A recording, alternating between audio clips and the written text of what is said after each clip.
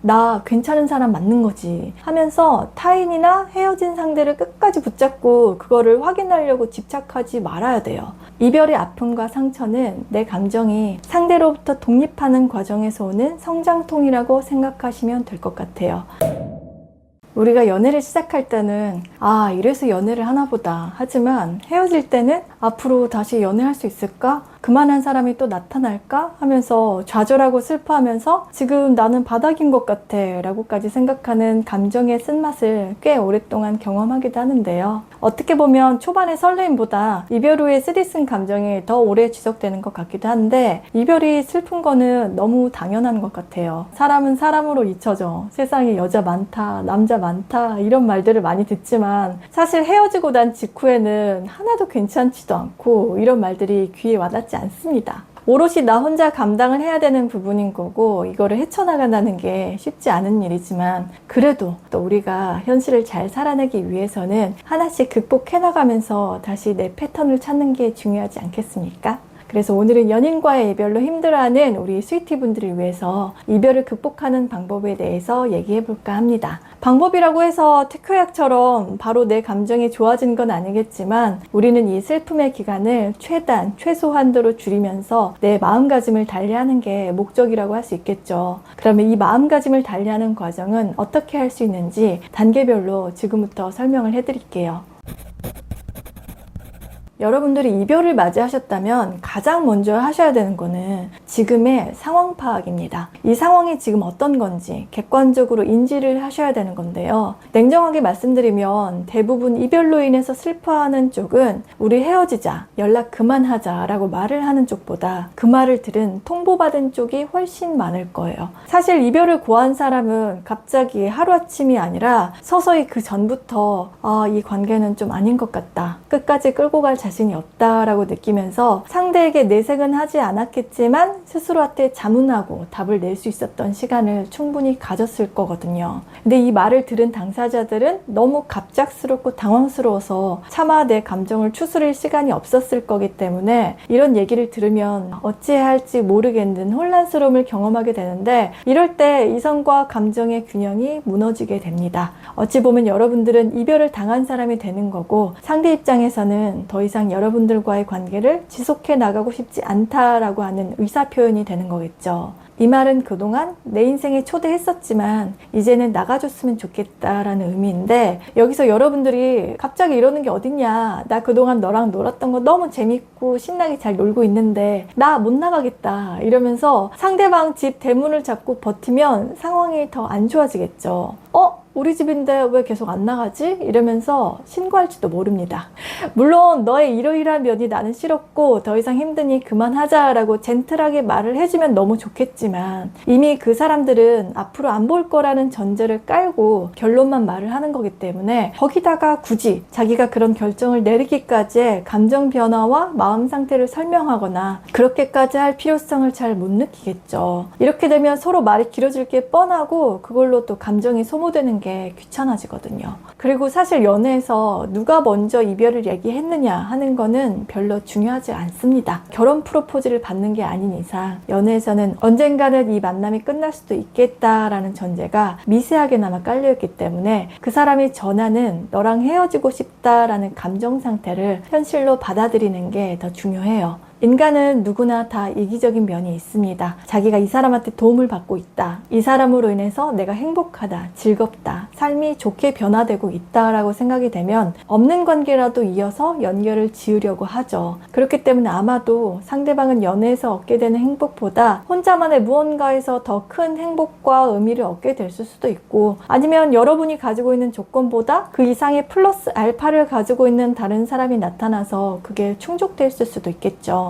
솔직히 거기까지 신경 안 쓰셔도 됩니다. 그거는 상대방의 입장인 거고 이미 헤어지자고 얘기가 나온 순간 이제 여러분들은 온전히 그 감정의 공을 받아서 혼자 처리할 수가 있어야 되거든요. 근데 우리가 헤어지면 힘들기 때문에 이성보다는 감정 쪽으로만 치우치게 되죠. 그리고 이게 내 의지대로 잘 안 돼서 더 힘들기도 한 건데 그냥 이렇게 생각하세요. 지금 상대방은 우리 집 앞마당에서 그만 놀고 이제 나가줬으면 좋겠어 인 건데 그게 뭐 집에 문제가 생겼을 수도 있고 자기가 집을 비우게 됐을 수도 있고 이유야 여러 가지겠죠. 그럼 그냥 그 집에서 뚜벅뚜벅 걸어 나오세요. 이 나가달라는 얘기를 나한테 세상에 존재하지 말래 라고 받아들일 필요가 없다는 거예요. 상대가 왜 그런지에 대한 이유에 대해서 말을 안 해준다면 뭐야 이러면서 관계의 문을 닫고 깔끔하게 뒤돌아보지 말고 나오세요. 그리고 그 집 주변을 서성이거나 담장 너머로 굳이 안을 들여다보려고 하지 마세요. 이거는 카톡, SNS처럼 상대와 관련된 것들을 그냥 깔끔하게 정리하는 게 좋다고 말씀드리는 거예요. 왜냐면 그 집에 들어가지도 못하는데 계속 넘어다보는 거는 나 자신한테도 희망 고문인 거고 담장 사이로 나한테 왜 그러냐고 막 매달리면서 만나서 얘기해 라고 하면 상대 입장에서는 그걸 봤을 때 무섭거나 우습거나 둘 중에 하나가 됩니다. 다른 집에 가서 다른 놀이를 재밌게 하면서 놀 수 있는 기회가 될 수도 있는 거고 좀 안 좋게 얘기하면 그 집이 곧 무너질 집이었는데 그 전에 다행히 빠져나올 수 있는 탈출의 기회가 되는 걸 수도 있잖아요. 그러니까 분노하고 원망하면서 스스로한테 상처 주지 마세요. 여러분들이 하셔야 되는 거는 이미 끝난 관계를 붙잡고 거기다 들어가면 안 되겠냐고 소리치는 게 아니라 그 스피커를 자신을 향하게 방향을 바꿔 놓으셔야 돼요. 그러면 이제 설명드릴 2단계로 넘어가실 수가 있습니다.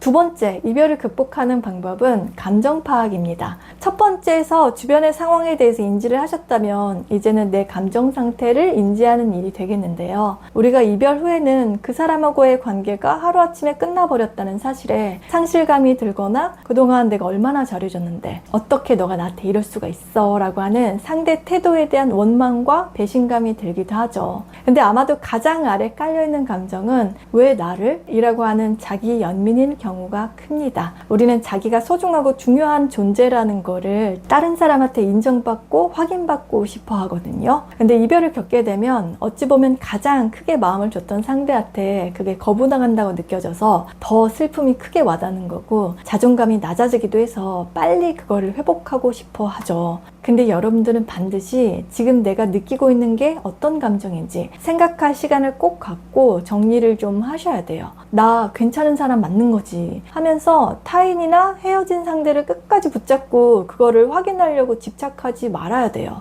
이별의 아픔과 상처는 내 감정이 상대로부터 독립하는 과정에서 오는 성장통이라고 생각하시면 될 것 같아요. 사춘기 아이들이 부모로부터 이제 벗어나고 싶어서 겪게 되는 불협화음 같은 통증인 거겠죠. 이 독립이 잘 안 되는 분들은 막 SNS 염탐하고 친구의 친구를 타고 들어가서 탐정놀이 하면서 하루 종일 머릿속에 곱씹고 그때 이렇게 행동하고 말했었는데 설마 그것 때문에 그랬나? 이렇게 꼬리에 꼬리를 무는 하루 종일 리마인드 하는 경우도 많습니다. 일단 자기 감정을 천천히 생각해보고 분석하다 보면 그때부터 관점이 자신한테로 집중이 되면서 감정의 응어리가 해체되기 시작하는데 그러면 힘든 시간을 빨리 단축시킬 수가 있게 돼요. 사람은 이별 후에 다 힘든 이유가 상대랑 보냈던 시간이 하나씩 스토리로 쌓이면서 그 안에서 생긴 정 때문인 거잖아요. 그래서 이 정을 떼는 시간이 필요한 거고 다음 챕터로 잘 넘어가는 준비가 돼야 되기 때문에 슬픈 거는 당연한 거예요. 그러니까 헤어진 상황이 아니라 나는 지금 어떤 감정인지를 파고들어서 살펴보세요. 단순히 슬프다가 아니라 배신감, 분노, 서운함, 원망, 짜증인지 미움인지를 잘 느껴보세요. 그래야 다음 연애를 건강하게 다시 시작할 수가 있게 됩니다. 그리고 이 과정은 내가 상대를 좋아하는 감정이 깊으면 깊었을수록 더 힘들 수가 있는데 그냥 그 사람과 나는 운명이 아니라 우연이었다고 생각을 하세요.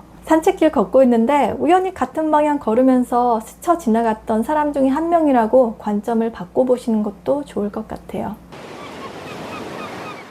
그리고 마지막 이별을 극복하는 방법은 감정의 표출입니다. 상황을 직시하고 내 감정을 확인을 했다면 이걸 비워내는 표출 작업을 해야 앙금이 말끔하게 사라지겠죠. 이별을 하고 나면 그때서야 자기의 자존감 정도를 확인하는 경우가 많은 것 같아요. 특히 연애를 하면서 상대를 나하고 잘 분리시키지 못하고 내 안에 상대를 많이 들여왔던 분들일수록 더 그런데요. 근데 갑자기 그게 훅 빠져나가면서 그동안 밑에 깔려 있었던 내 자존감을 확인할 수가 있게 되는데 이제 이 돌이 사라졌으니까 눌렸던 내 자존감을 다시 팽창시켜서 발산을 해야 복구가 되겠죠. 그리고 이 발산은 몸으로 하시는 게 제일 효과적인 것 같아요. 사람 뇌는 동시에 두 가지를 생각 못 한대요. 정신이랑 몸이랑 연결돼서 몸에 신경을 쓰게 되면 자동적으로 머리로 가는 에너지가 줄어들게 되니까 주의를 기울이면 안 되는 상황을 만들어서 모든 감각을 현 시점과 내 몸에 놓는 작업을 반복하시는 거예요. 그러면 처음에는 움직이면서도 계속 생각났던 것들이 50분, 30분, 20분 이렇게 짧아지게 되면서 그동안 상대한테 가 있었던 축이 다시 내 쪽으로 옮겨오게 됩니다. 이렇게 되면 어느 순간 내 피지컬도 만들어지고 성취감도 갖게 되는 거니까 이 시간을 자양분으로 만들 수 있겠죠. 그리고 혹시 사내 연애나 헤어지고 나서도 계속 부딪히면서 봐야 되는 상황에 있는 분들에게는 굳이 피하지 말라고 얘기해 드리고 싶어요. 피하면 이 힘든 시간이 더 길어지게 되거든요. 차라리 정면 돌파해서 오히려 부딪히는 상황을 자주 만들어서 그런 감정을 굳은 살로 만드시는 것도 좋은 방법이 될 수가 있습니다. 그러면 처음에는 볼 때마다 가슴 시린, 쓰리쓴 그런 게 느껴지는데 그런 것들을 계속 맞이하다 보면 나중에는 오히려 무뎌지고 익숙해지면서 별 감흥이 없게 되는 때가 와요. 그러니까 너무 경직될 필요도 없고 퇴사를 해야 되나? 이렇게 힘든 내색을 할 필요도 없습니다. 어차피 상대는 나한테 이제 별로 관심이 없기 때문에 혼자 괜히 의식하면서 긴장하지 마시라는 거예요. 껄끄럽고 좀 불편하긴 한데 그냥 속으로 욕하고 그런 상황을 아무렇지도 않게 담담하게 대하세요. 상대가 나를 피하는 게 느껴진다? 그러면 그냥 상대가 원하는 대로 투명인간 취급해 주시면 됩니다. 싫다는 사람한테 굳이 가서 눈인사 할 필요도 없고 안치할 필요도 없어요. 원하는 대로 그냥 해주시면 되겠습니다. 그리고 제일 중요한 거는 자신한테 내가 그 정도까지 할 수 있었던 로맨틱한 사람이네, 솔직하게 내 감정을 아낌없이 전할 줄 아는 꽤 괜찮은 사람이었네 라고 칭찬을 해주세요. 그리고 그게 맞잖아요. 이렇게 하면 그동안 자신에 대해서 몰랐던 부분들을 발견을 하게 되고 자존감이 높아지면서 다음 연애도 더 잘할 수 있게 되거든요. 연애의 마무리는 자기 비하가 아니라 항상 자기 성장으로 끝나야 됩니다. 아시겠죠? 그럼 우리 스위티 분들이 자신의 가치를 쭉 업그레이드 하시길 바라면서 저는 다음 영상에서 다시 인사드릴게요. 오늘 콘텐츠도 도움이 되셨다면 좋아요, 구독, 알림 설정까지 부탁드리고 저는 다음 영상에서 다시 만나 뵙겠습니다. 그럼 다음에 또 봐요. 안녕, 바이 스위티.